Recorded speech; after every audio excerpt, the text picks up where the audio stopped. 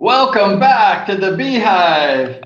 Today we have a really great show and we have an up and coming Speedway rider, a very good Speedway rider, a future star of the American Speedway scene.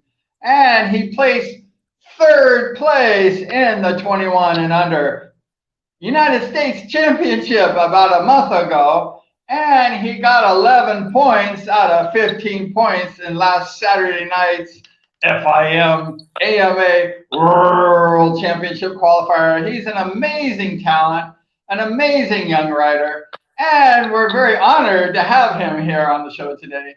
And we'd like to introduce him. His name is Dillon Ruml.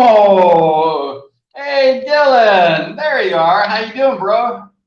Not too bad. Thank you for having me. Not too bad. Thank you for having me. Oh, you're welcome. Thank you so much for joining us at the Hive and everyone else out there too. And we have Dillon in the audience. Hi. Are you having a good day today, Dill? Oh yeah. No, just getting off of work and hanging out. Very good. It's really an honor to have you on the show today, I have to tell you.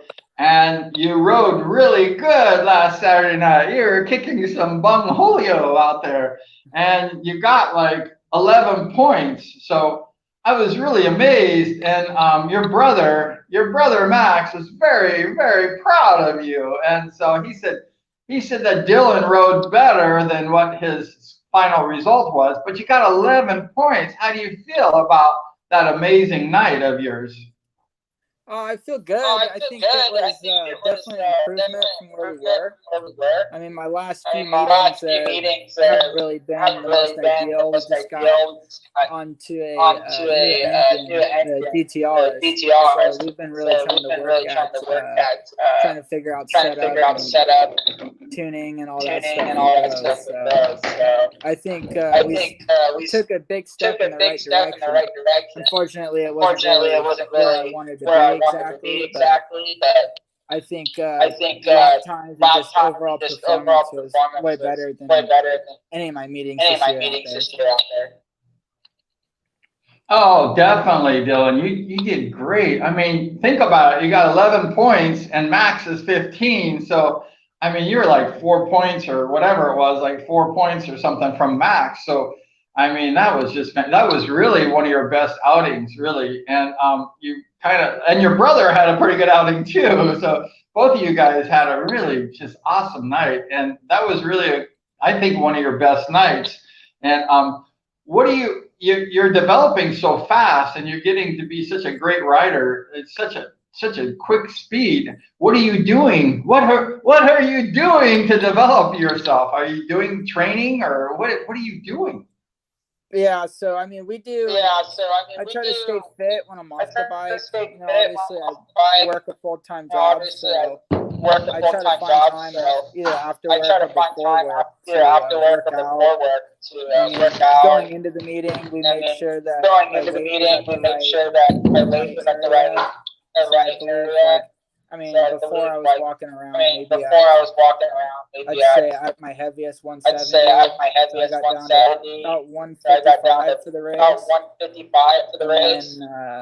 And then after that, we're pretty much just trying to eat right. Obviously, I was trying to work with a little bit of nutrition, talking with nutritionists and all that stuff, trying to get the right food and the right fuel in the body. Obviously, what you put into it, what you get out. And there's little things like that. And then on the track, I think. I mean, setup is just about everything. I think you can be the best guy out there, but if you don't have setup, you watch everybody go right by you. Exactly. I liked what you said. What you put in, you get out. And you know, being a speedway rider, you really have to be in good shape, and you have to like keep your body in like the best health as possible. You know, stay off of anything that will deter you from becoming the best possible speedway rider you can, whether it's substances or whatever. You have to keep your body, your mind in perfect, order to become a really successful speedway rider. And I want to go back with you, Dillon. I want to go back just a month ago at the 21 and under. I read a post of yours on Facebook, and you were kind of disappointed with your finish. And I saw that runoff race. I guess anytime they have like first, second, or third place, and there's a tie, you have to have a runoff race. And the rider who beats the other rider in that night, he has the first pole position choice, whatever he wants, gate 1, 2, 3, or 4. And you had that race about a month ago against a very talented rider, in the runoff. That's Kyle Cunningham. And Kyle just charged out of that gate, and he was like in the lead. And you were like playing catch up with Kyle, like about 3 laps into the race. And your desire and your drive to go ahead and like catch up to Kyle, and you went ahead and made that pass. I guess it was on the outside of Kyle. You made this crazy pass. It was great. You got some dirt out there, and you just drove past Kyle for that podium spot. And I was like freaking out. I'm like, wow, this is a bitchin' pass. It was really good, because when I rode, I was like a pole rider, and I couldn't do that. So when I see guys like you just balls to the walls riding on the outside and just going for it and then doing it, I was like, wow, that was amazing. So what was in your head when you made that amazing move? Yeah, I don't think the video really does it justice. I mean, I remember going into turn 3, and I remember seeing his front wheel, and I had to trap down, but I think I did it a little prematurely just because, I mean, I trapped down, and with me doing that, I had to pretty much move out a little wider and momentum, but that was where he kind of gained some yardage on me to try to get back. I mean, fortunately, I was able to clamp down, steal it. But I mean, yeah, I was definitely happy with it. I think, I mean, that's a kid, Kyle Cunningham. That's a kid that, I mean, I don't think he's been riding all that long. So to see his progression is, I mean, it's pretty impressive. I think he's going to be pretty good once he gets a bit more time on the 500, gets a bit more comfortable and kind of learns a lot more.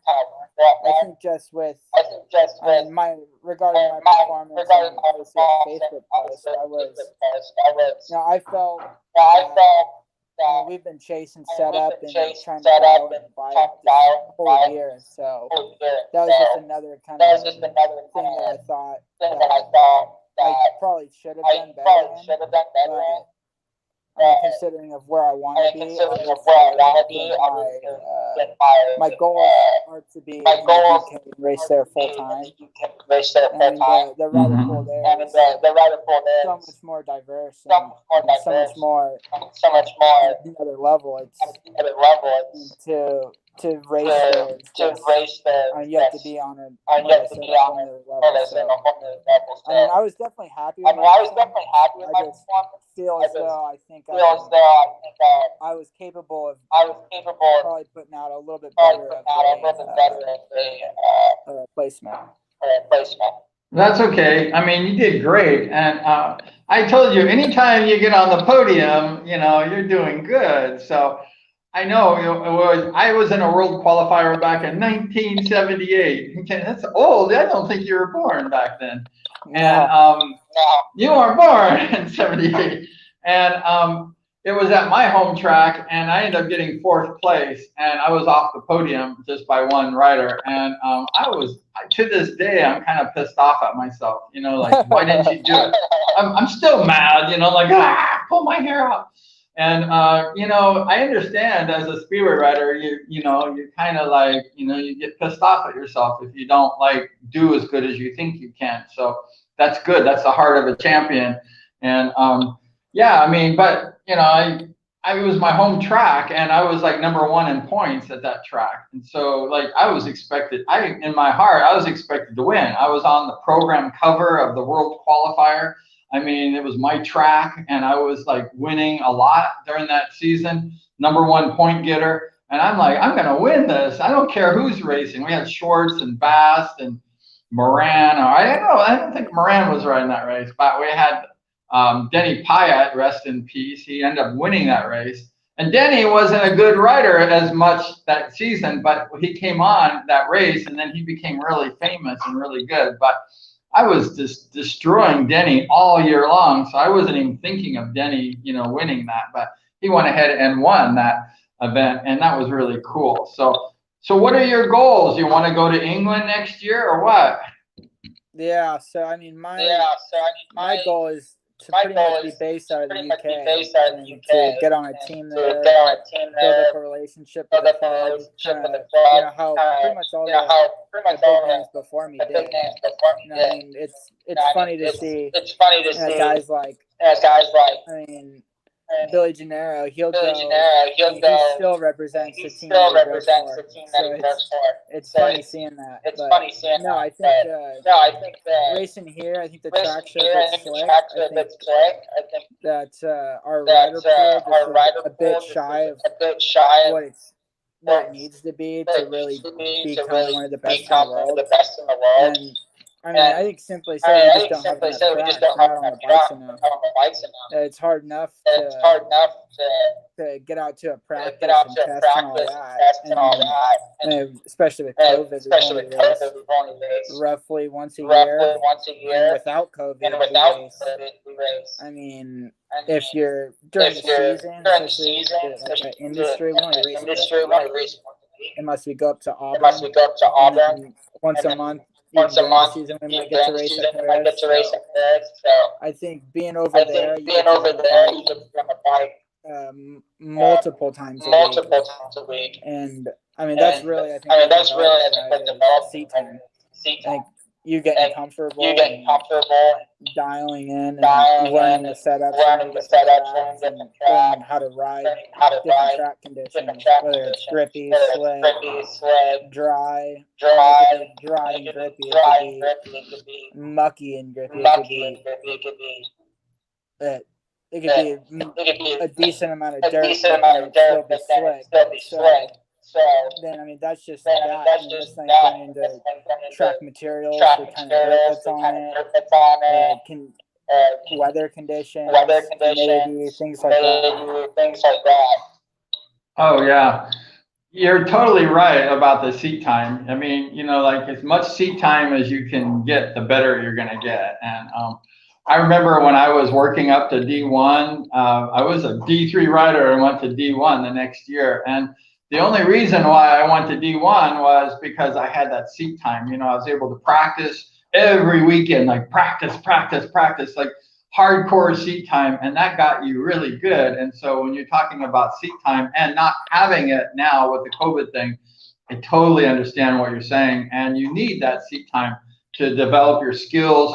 The more seat time, the better you're going to get. And that could be practicing. Like even, I don't know if you can you practice much or not right now? I don't know.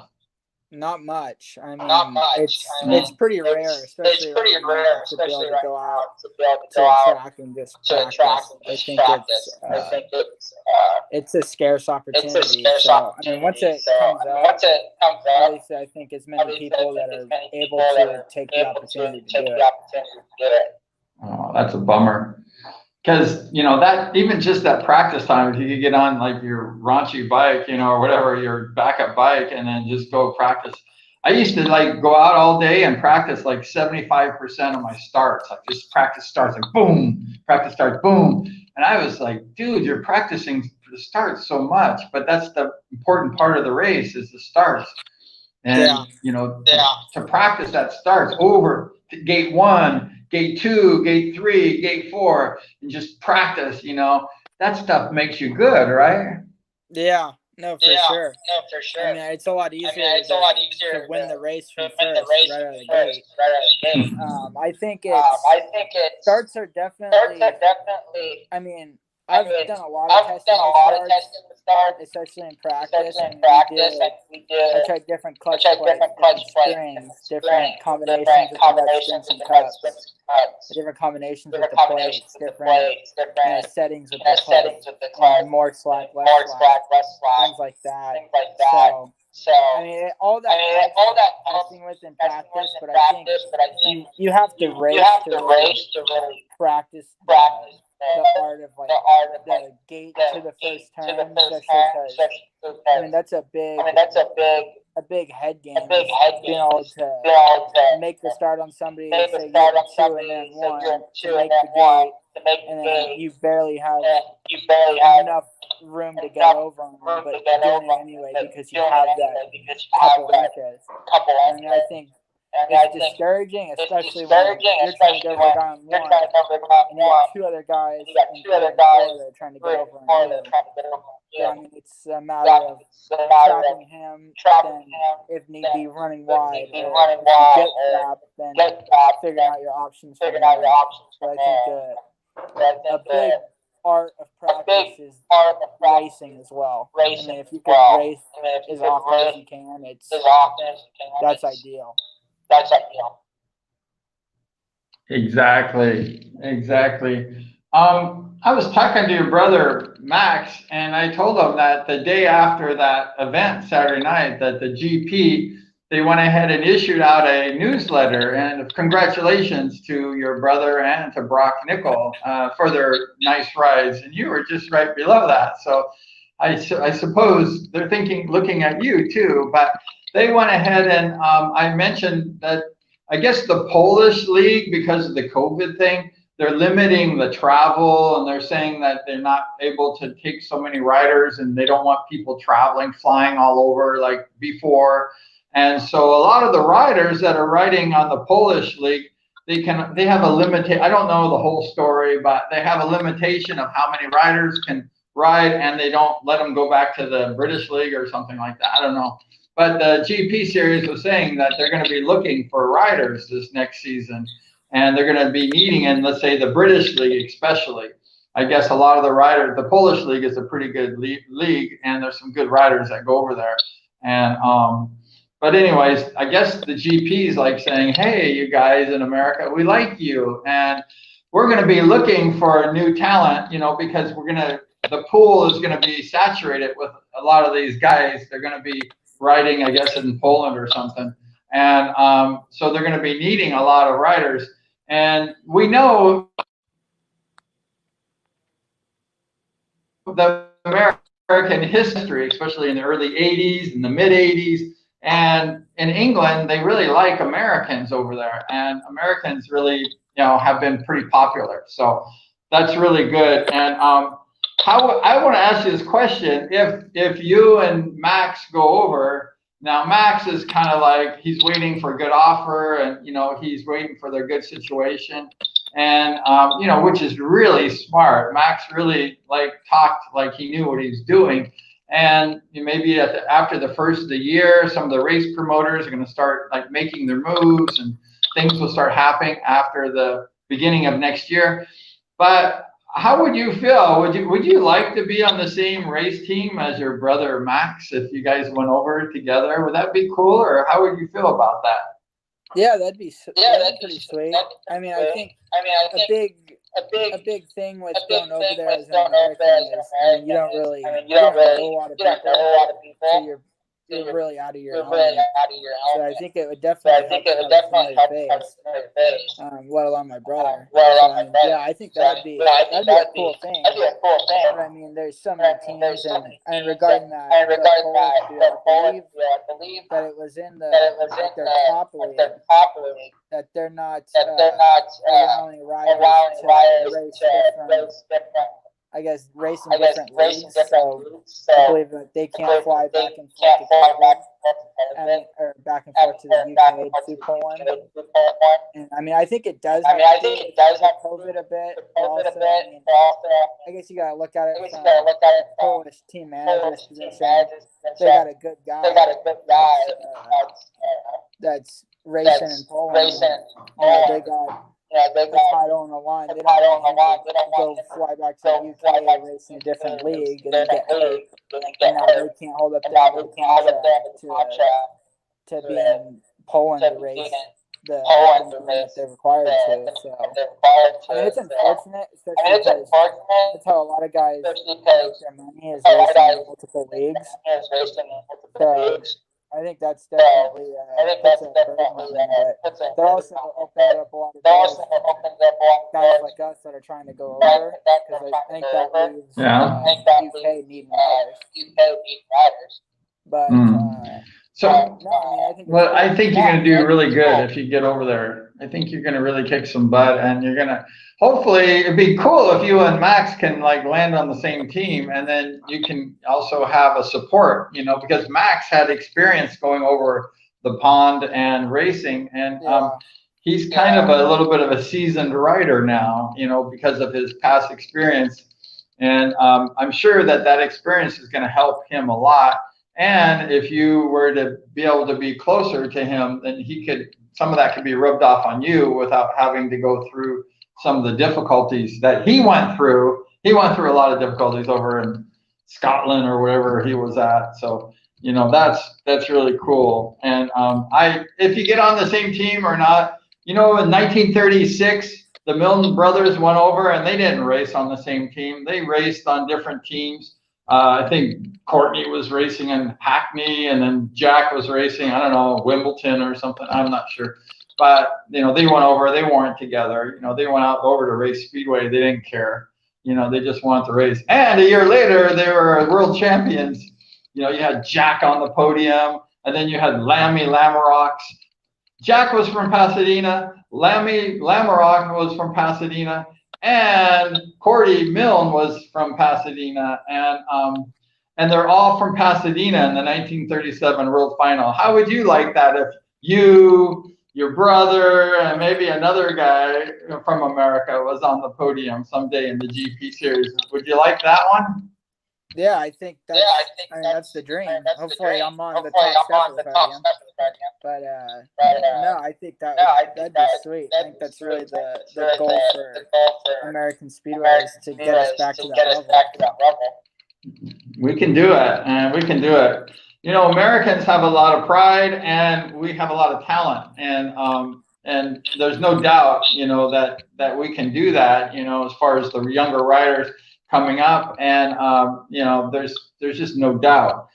I have another question for you. How did you get into Speedway? What was your genesis in the Speedway? What happened?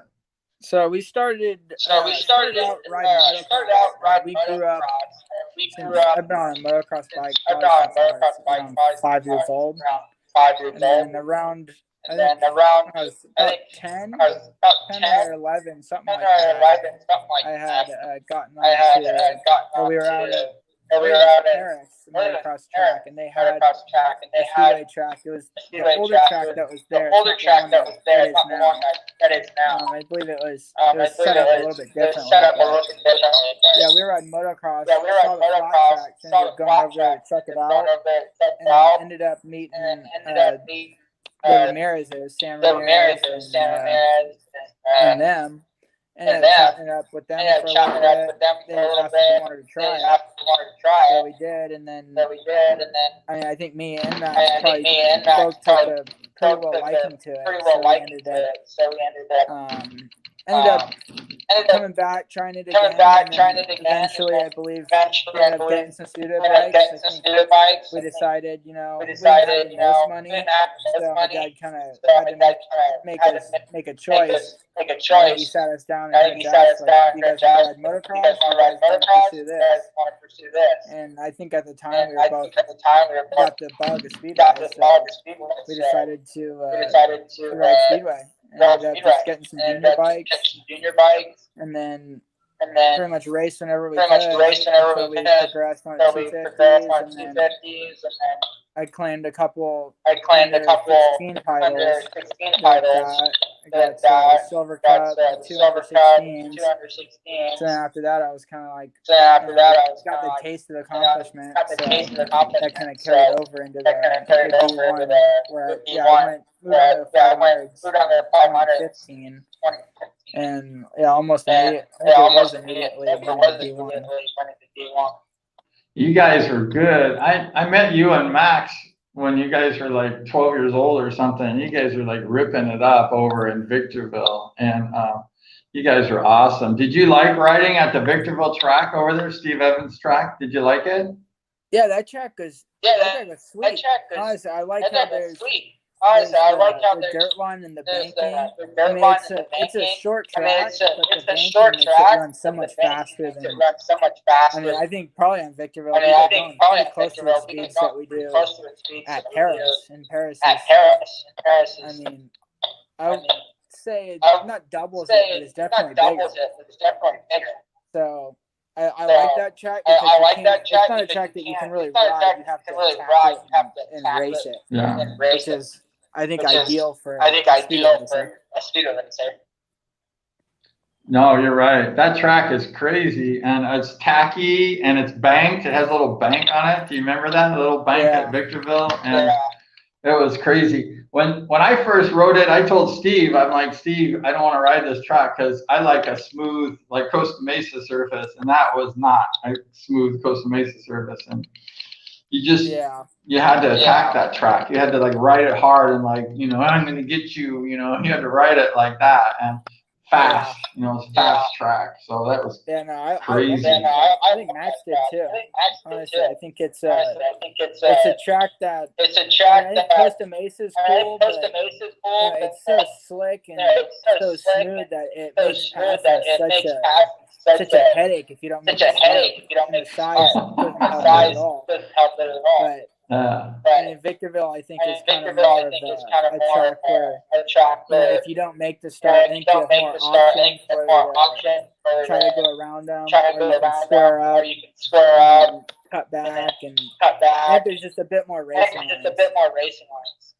Yeah, the fastest guy at Victorville wins, and you can't block a guy off because the track's wide, and I mean, just the guy who's the fastest and the best is going to win that race. And I lost some races that way, and I won some races that way. But I met you guys back in, I don't know, you were like, how old were you when you started? Like 12 or something? 12?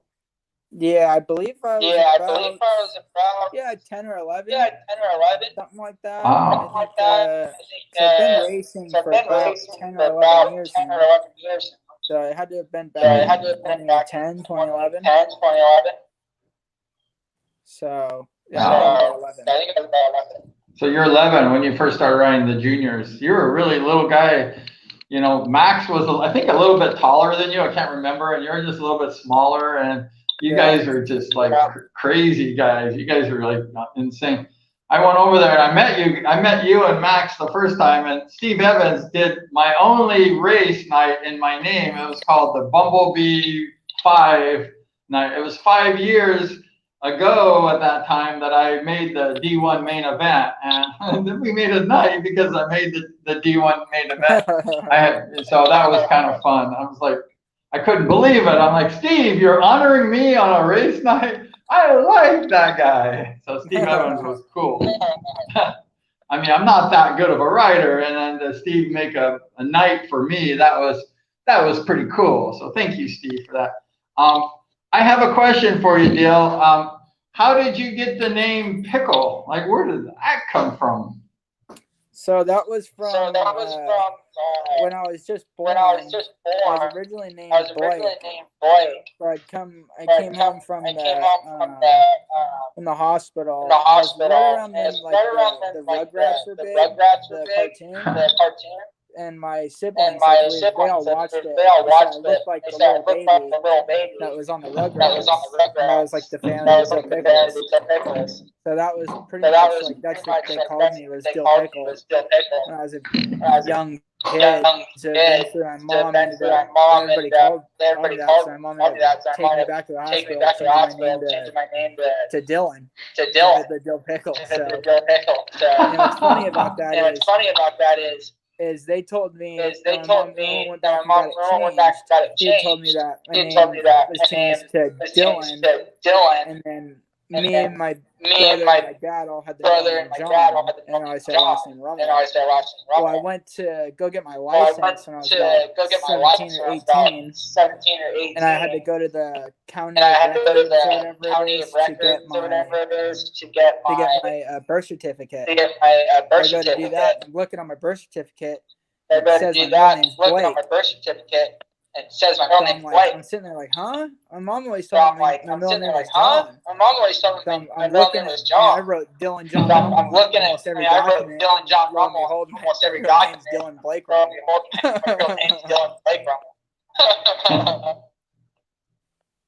Oh, very cool. So that's how you got it. I would have never guessed that. I thought maybe somebody in Speedway like said that he looks like a pickle or something like that. I don't know exactly, but so that came from the Rugrats, back in that old show, the Rugrats. That was a cool cartoon, and it was a movie too. So that was cool. That's something that we didn't know, and that's pretty awesome. When I talked to your brother the other day, I told him like I made a mistake, and I told your brother like, oh, you're much better than Dillon, and because your brother's kind of he's just a little bit ahead of you, but not much. He's just a tad. And I told him, I said, you're much better than Dillon and stuff like that. And then when he was talking to me, he corrected me. He said like, that's not true. Dillon is a good rider, and at any given race and any given night, Dillon can like take me out. And I started thinking about that, like, oh yeah. And then I remember watching you like take your brother out on many occasions, in races, main events, and things like that. So how does it feel? Like, do you guys have a rivalry going on with your brother? Because I know that he beats you sometimes, and then you beat him sometimes. I mean, how does it feel? Do you feel special to beat your brother, or is it just like any other racer? I mean, I look at it like it's any other racer. Once we're on the track, I think it's. We don't look at each other as brothers anymore. We don't look at each other as brothers. It goes down, then we go over to make sure they're all right. But once we're on the track, it's not really. Once we're on the track, it's not really. There's no like that. I think we just look at it like we're competitors at that point. We're competitors at that point. We're there to do a job, and the job is to win. So I think that's really the goal. We're not really thinking about it. Go home and who has bragging rights or anything like that. I think it's more just. I look at Max on the track the same way. Brock Nickel or Luke Becker or any of those other guys. Any of those other guys. Yeah. That's the way it should be. I agree, and that's what Max was saying too. He's like, hey, I'll help my brother if he asks me, but once we get on the track, it's like me and him. We're different. It's an individual sport when you're racing, and we're going out to win because that's what it's all about. So that's really what it should be about. And when I watch you guys race, that's the way I see it too. I see that you and Max, you guys are not like brothers. You guys are like race competitors. I mean, there's everything is off, and you guys are there to win, and that's being a professional racer, and that's what you guys are. This one guy, Fast Away Sideways, he said, Dillon, you're steadily coming back from your last injury. You're going to be on top of the podium next year, 2020. Sucked because of the COVID thing, but you're going to be at the next level. And he said, you're badass. And so he said that you're going to be. What exactly happened with your injury? Because your brother told me about it, and this watcher, this viewer went ahead and talked about that. Yeah, so I mean, it's funny. I'd raced about 10 years racing Speedway. I think I only got a broken ankle when I was a bit younger. So this last, I think it was 2019, I had sustained a broken wrist from racing out of industry. They ended up putting me out. It was supposed to be I think like a 4 to 6 week injury. It ended up turning into just over 4 or 5 months. So, I mean, they're just endless trips to the specialist and all that, trying to figure out why it's not healing and all of that. And then came back, I believe it was for a race out at Paris. I want to say it was the American final last year. Ended up hitting a rut or something. I think I'd only been on the bike maybe once or twice since my broken wrist. Hit a hole or a rut or something and ended up standing me out. And I just kind of hopped off the side of it. And I like hurt my shoulder, but I didn't think it was too bad. So I went home, continued working, did all that stuff. And then I like 2 or 3 weeks later, I'd been kind of complaining about my shoulder still not feeling right. I mean, it was funny because I think everybody was just kind of like, oh, like it's probably just bruised. Or I think like just thinking I might have just been kind of exaggerating it a little bit. I ended up going back to the hospital. That night I got x-rays. And they said I was clear. They didn't have any breaks or anything.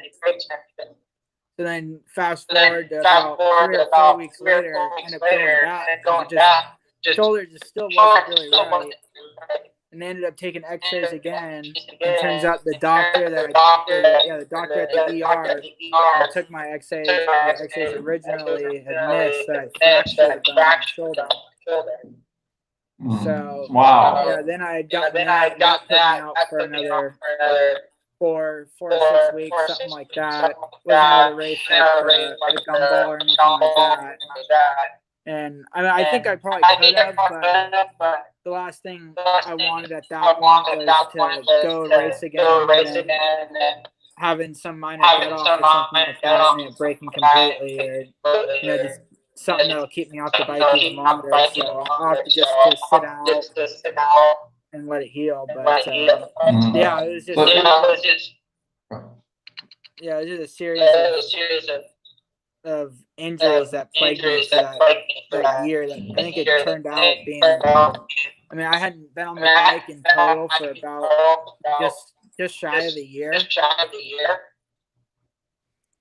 So well, you did really good coming back. I mean, you were like you got like almost a season delay because of the injuries, and then you that's really sucks. And I never had that, but that's terrible. And losing a season, at the level that you're at right now, I mean, that's like, that puts you a little bit, like behind because that seat time and that racing experience. So that really sucks. And but you're coming back so fast that the time you lost, it seems like you're making that up. So it's really great that your level is just getting higher and higher fast. It's not like slow. The progression's moving really fast, and it's you're doing great.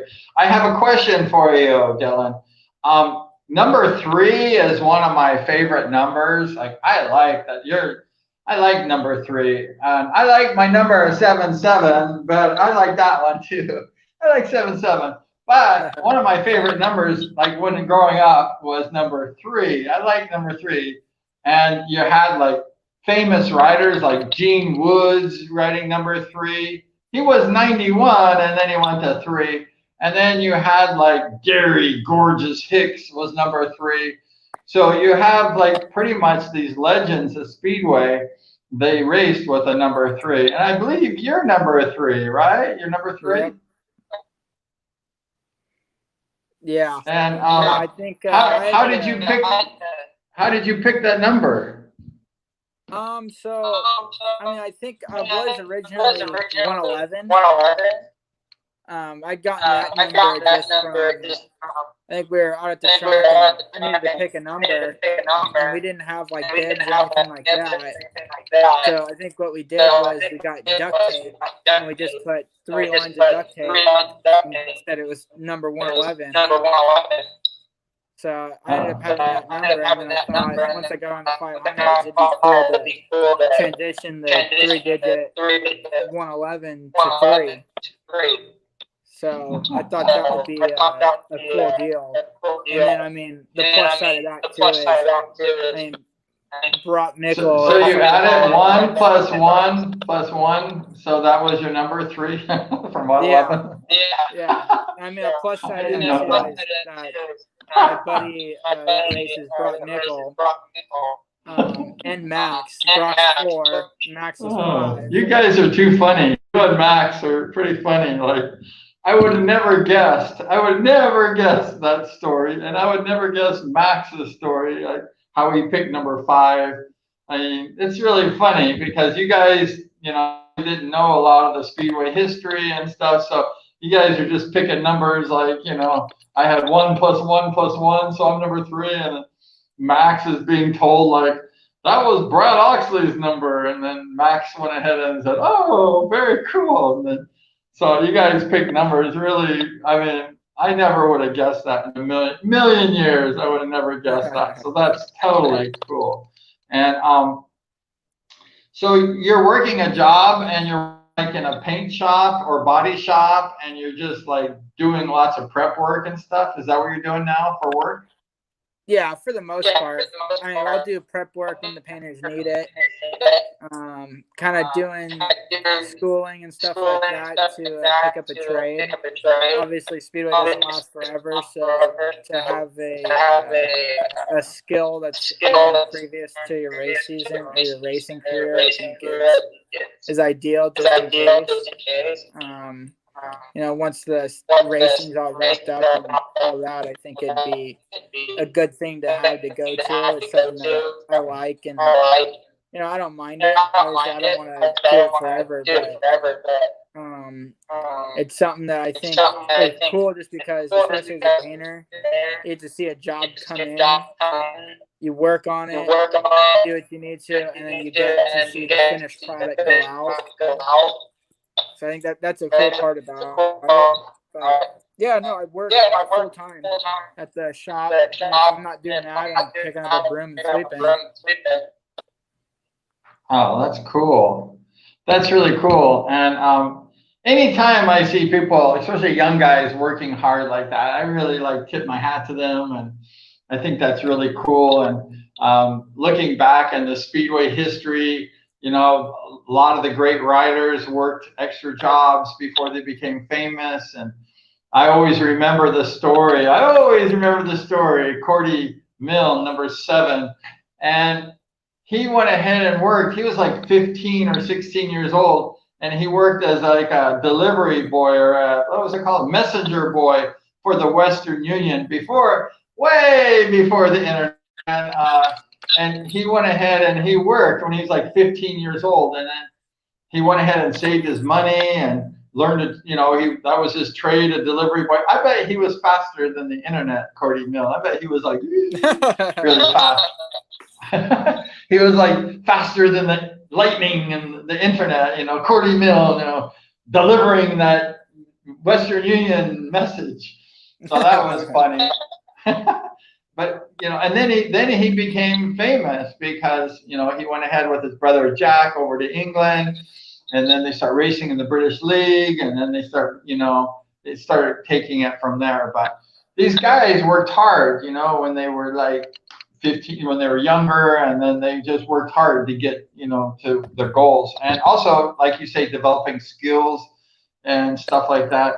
I was working my business, and Ricky Wells, the famous Ricky Wells, I used to work alone, and in my business, I had a construction business in California, and Ricky asked if he wanted to work for me, and I wish I would have said yes, and I was kind of just doing it alone, hoarding all the money and everything, and I should have hired Ricky because I wish I would have taught Ricky, some skills. I feel bad about that. So I'm sorry, Ricky, for not hiring you. So, but that, I guess Ricky went on to Racing Speedway, and I think he's doing pretty good. But it's always good to have a backup and a doing, and so that's cool. And let's see, what else were we going to talk about? I was going to ask you a question. Like when you were younger, like when you were a young whippersnapper, did you ever like lots of competition with Max? I mean, did you guys like compete against each other for everything, or were you just not really that? Yeah. I mean, I think most players are like that. They get pretty competitive.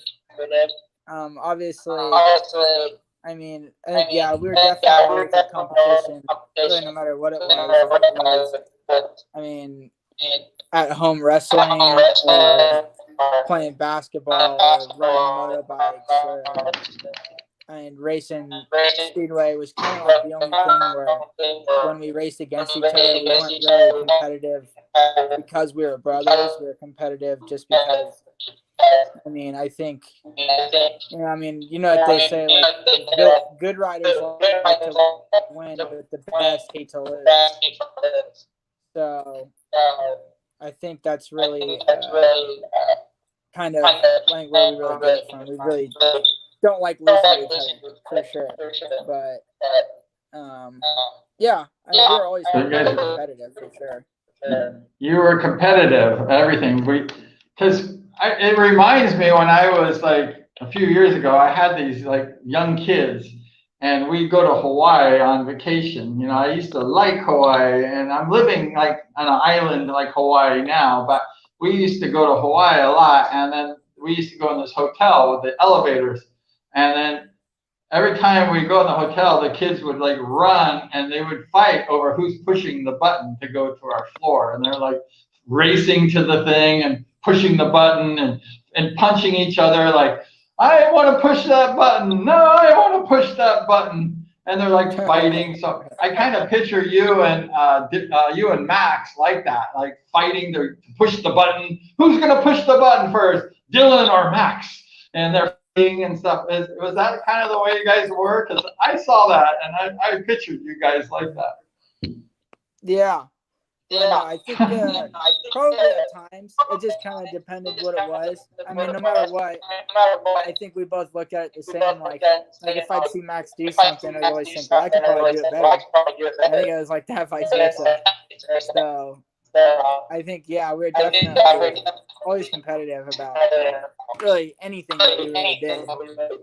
I mean, with that being said, though, I think also we didn't really like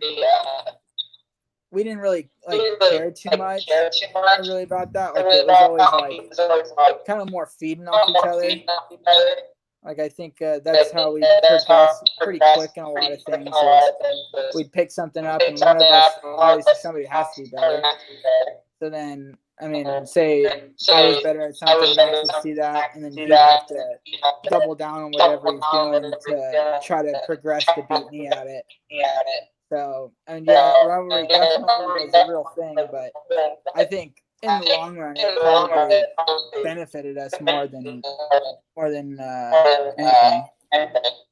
So, who inspires you in Speedway? Do you have anyone you look up to? Any old riders or new riders or any GP riders or? Yeah, I mean, there's quite a few guys.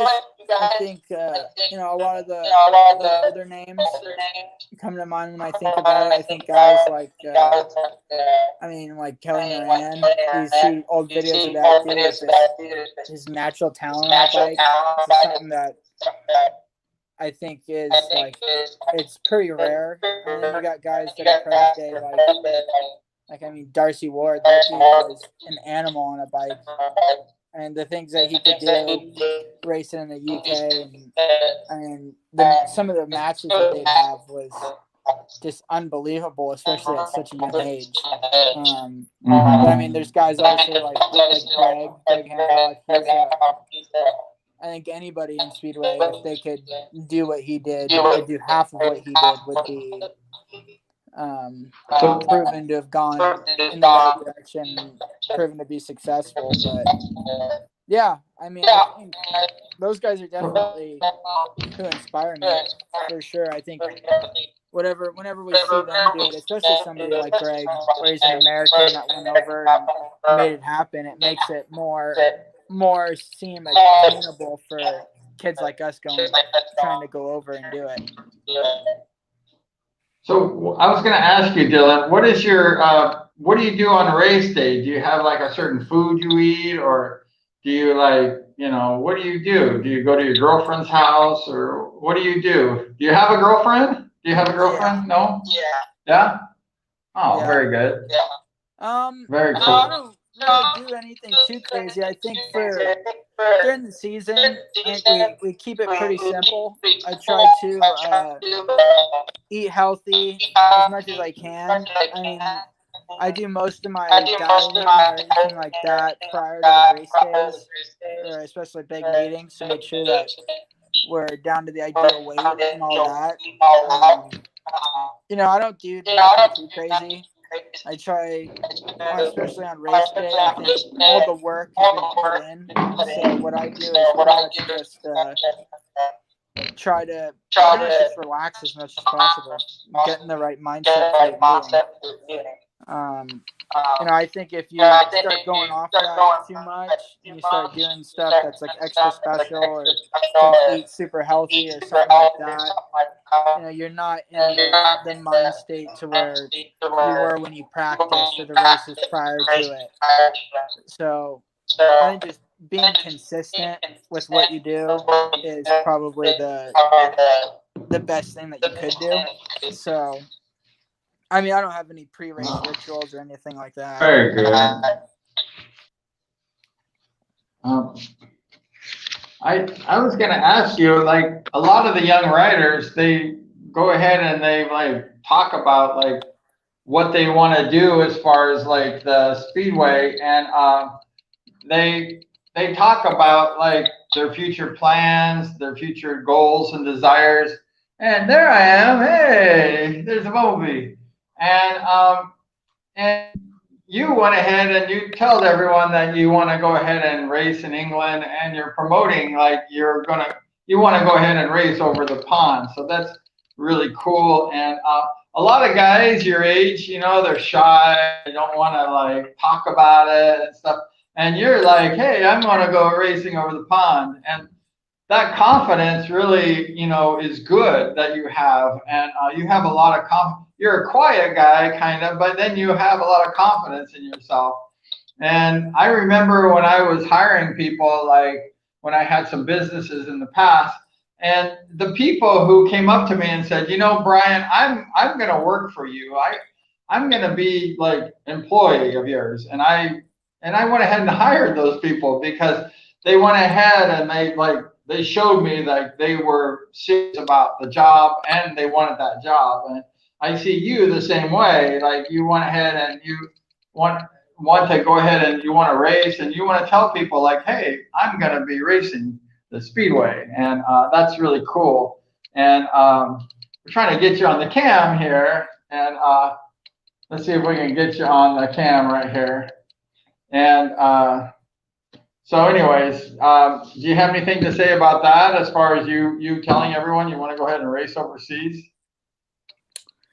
I think it's just important for people, especially people that are over there, for sponsors and stuff like that. I mean, racing in America is definitely cool and it's fun, but unfortunately we don't have the right deals or the right meetings and stuff like that to really be world class. So I think, hey, there you are. Sorry, we lost you. Are you there? Taking it serious. We're talking to Dillon about going overseas, and I lost Dillon. Dillon's like gone. So Dillon just like disappeared. I think his connection wasn't very good during the broadcast, and hopefully we can get him back. But Dillon, he's like an amazing. There he is. We got you back. Your connection like went bad, like mine. It goes bad too. So yeah. Are you here, Dillon? Hello. We're trying to connect with Dillon Ruml. There you are. We got you. Yeah, I'm back. Ah, okay. The connection's a little bad, so it's like breaking up a little bit. So I apologize for that one. No And worries. so, so anyways, so you're excited about maybe going to England next year, right? And racing? You think you can hitch a ride? I want to. That's like I said, that's my goal is to be based out of the UK and get on a club there. Um, that's kind of always been what I wanted to do. I think like anybody else, we have to get the right sponsors, the right deal, everything on everyone that's on my team on board. Um, the last thing you want to do is go there and not be prepared, not be financially sustainable, not have a place to sleep or anything like that. So, I mean, when I do go over there, I want to be able to pretty much focus 100% on my racing and not have to worry about little things like that. Obviously, when you go over, you're not, you have to prove that you're capable of being a top rider. And with that, you have to meet your average and then you kind of build your name off of that. So, yeah, I mean, that's my dream. And that's always been my passion to go and race in the UK. So that's what I want to do.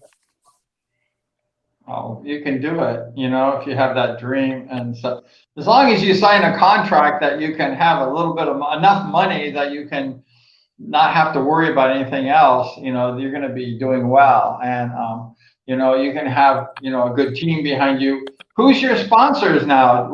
Tell us who sponsors you. Do you have a sponsors? Yeah, so right now, probably my biggest sponsor is Mike Kelly. He's been a big contribution to my whole program. He's done pretty much. He's kept me on the bike this last year.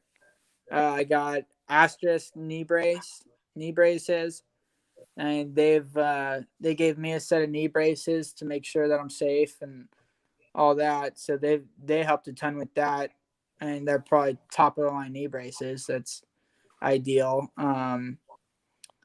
That's pretty much sums it up. Due to COVID and all this stuff, we had some other people that were getting on board, and then unfortunately they had to pull out just because they weren't able to, financially cover the cost that they originally intended to due to COVID. So that's been unfortunate, but I think hopefully going into 2021, we can get some more people on board. I've gotten help from a range of different places, though. I mean, from little places like the Nickel family, Doug and Brock, they've helped me with. I mean, at under 21s, they helped me with a backup bike, which is one of Brock's bikes. So I was fortunate enough to get that. And then, I mean, just little tips from Brock being across the pond and him kind of giving me feedback with that, with setup, kind of giving me the 411 a little bit on what's going on there.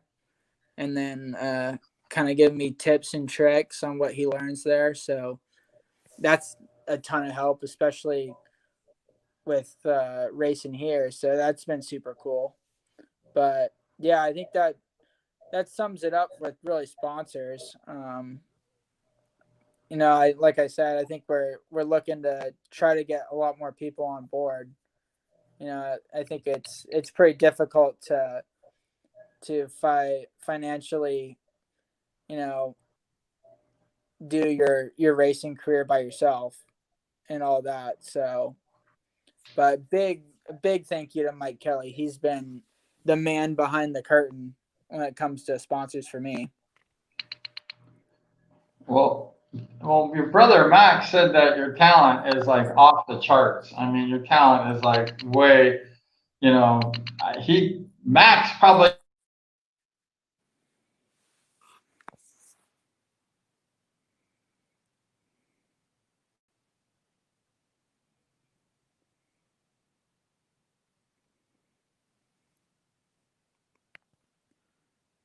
Hello, I think I lost you.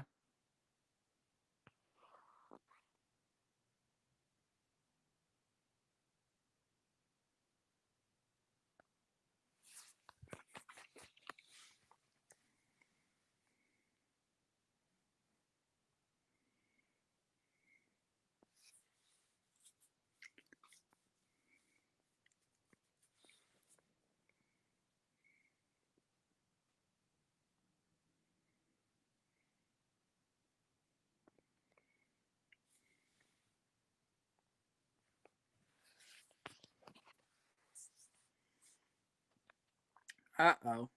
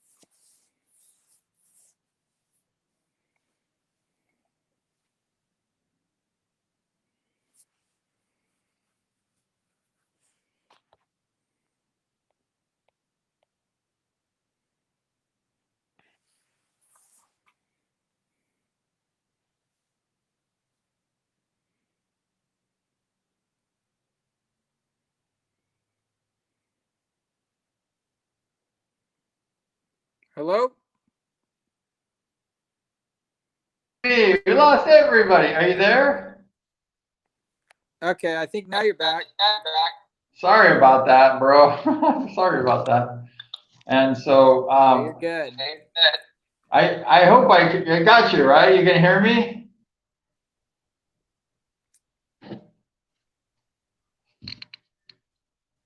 So we're having a little technical difficulties with Dillon. I hope we can connect. Okay, now I hear you now. You got me? The internet's taking a while to connect, so apologize. But so I was going to ask you a last question. What did you think about your brother winning the event last Saturday night? What was your feeling when you saw your brother getting thrown up in the air and everyone's like, Max, Max? What did you think? Oh, I was stoked for him for sure. I mean, I wasn't happy that it wasn't me, but no, I was happy for him. It was just yeah, like I said, I think it's hello?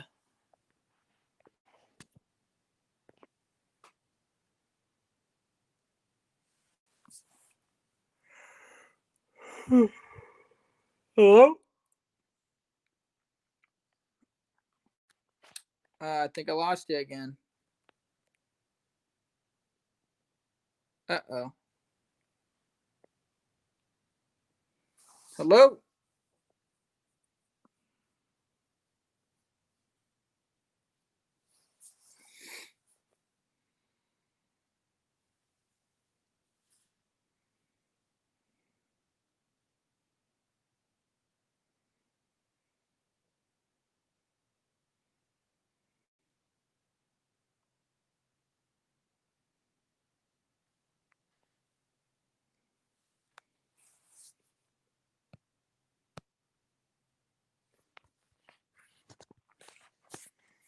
Uh-oh.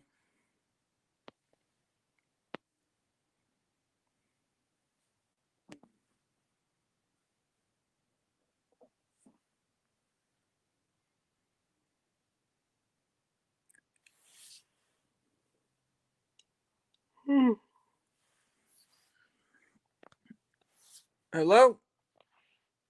Let's try this.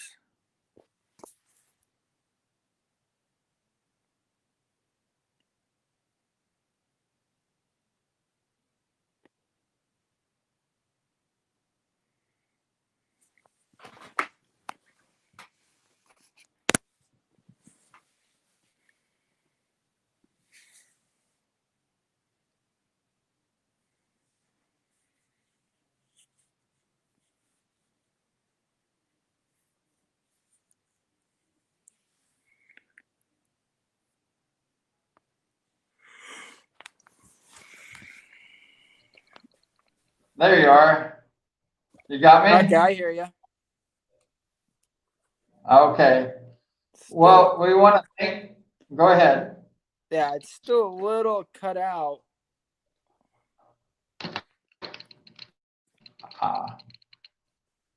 Can you hear me? Yeah, I can hear you. I said anything else you want to add to the show? Anything, any comments or anything?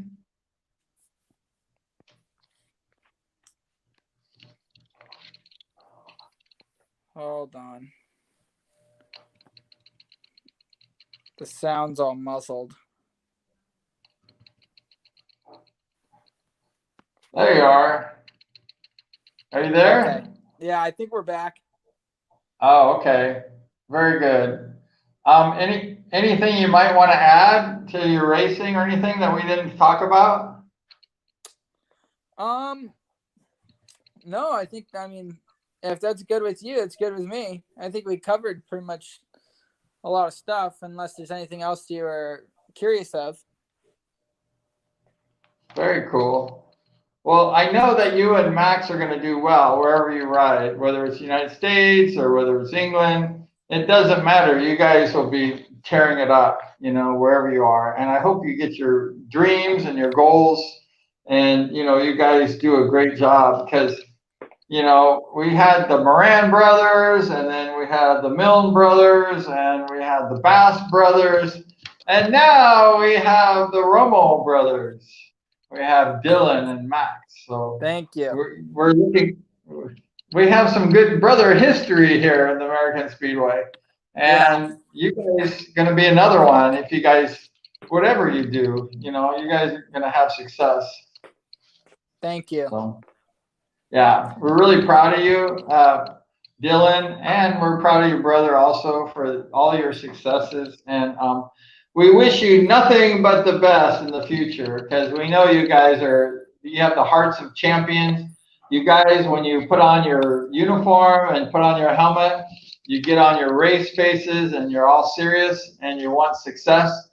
That's what you need when you're a speedway rider. You need that serious dedication to the sport. And especially when you're racing, you have to really just give it all you got. And you guys are just awesome. And we really wish you all the best. And I have a good feeling about you guys. And I have a really good feeling that you guys are going to be really successful. And thank you so much for coming on the show because we're going to see future champions here with you and your brother. And you guys are going to go really far. I have a feeling. So thank you so much for thank you for having me. Thank you for having me on. Yeah. It was a cool thing and it was fun.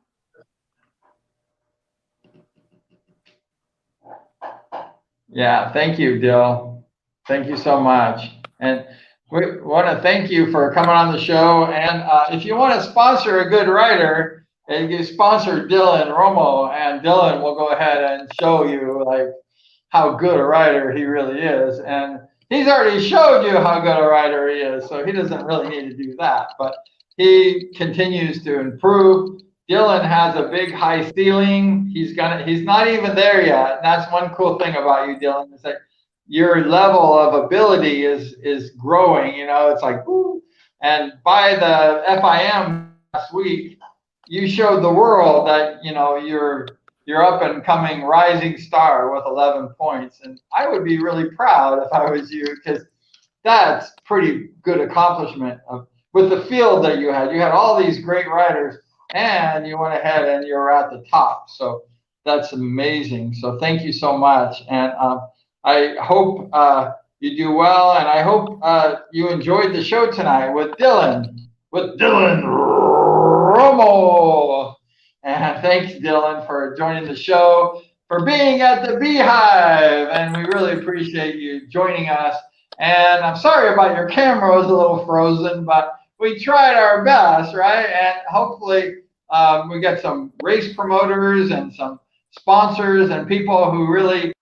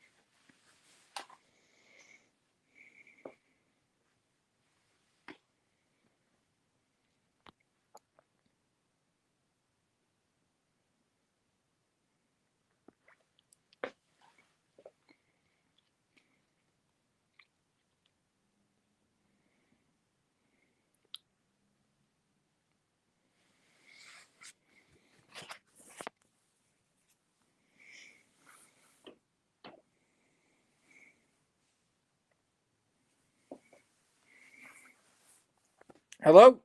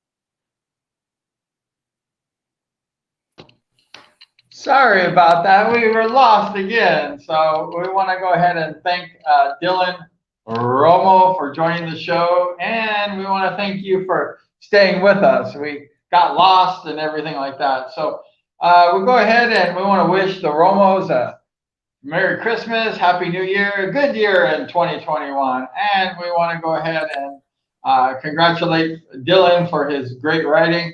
And we want to ask you to subscribe to the B channel if you like the content of this channel. And go ahead, we have more videos and stuff, Speedway. And we want to thank Dillon Ruml for coming on the show tonight. And sorry about the technical difficulty. The beautiful world of the internet. So we want to ahead and thank you. And thank you so much for joining. And we want you to please like, share, subscribe to the Bumblebee channel and the Beehive. And thank you, bees, for watching. And always ring the bell. Thank you so much. Have a great show, a great evening. And we'll talk to you next time. Take care.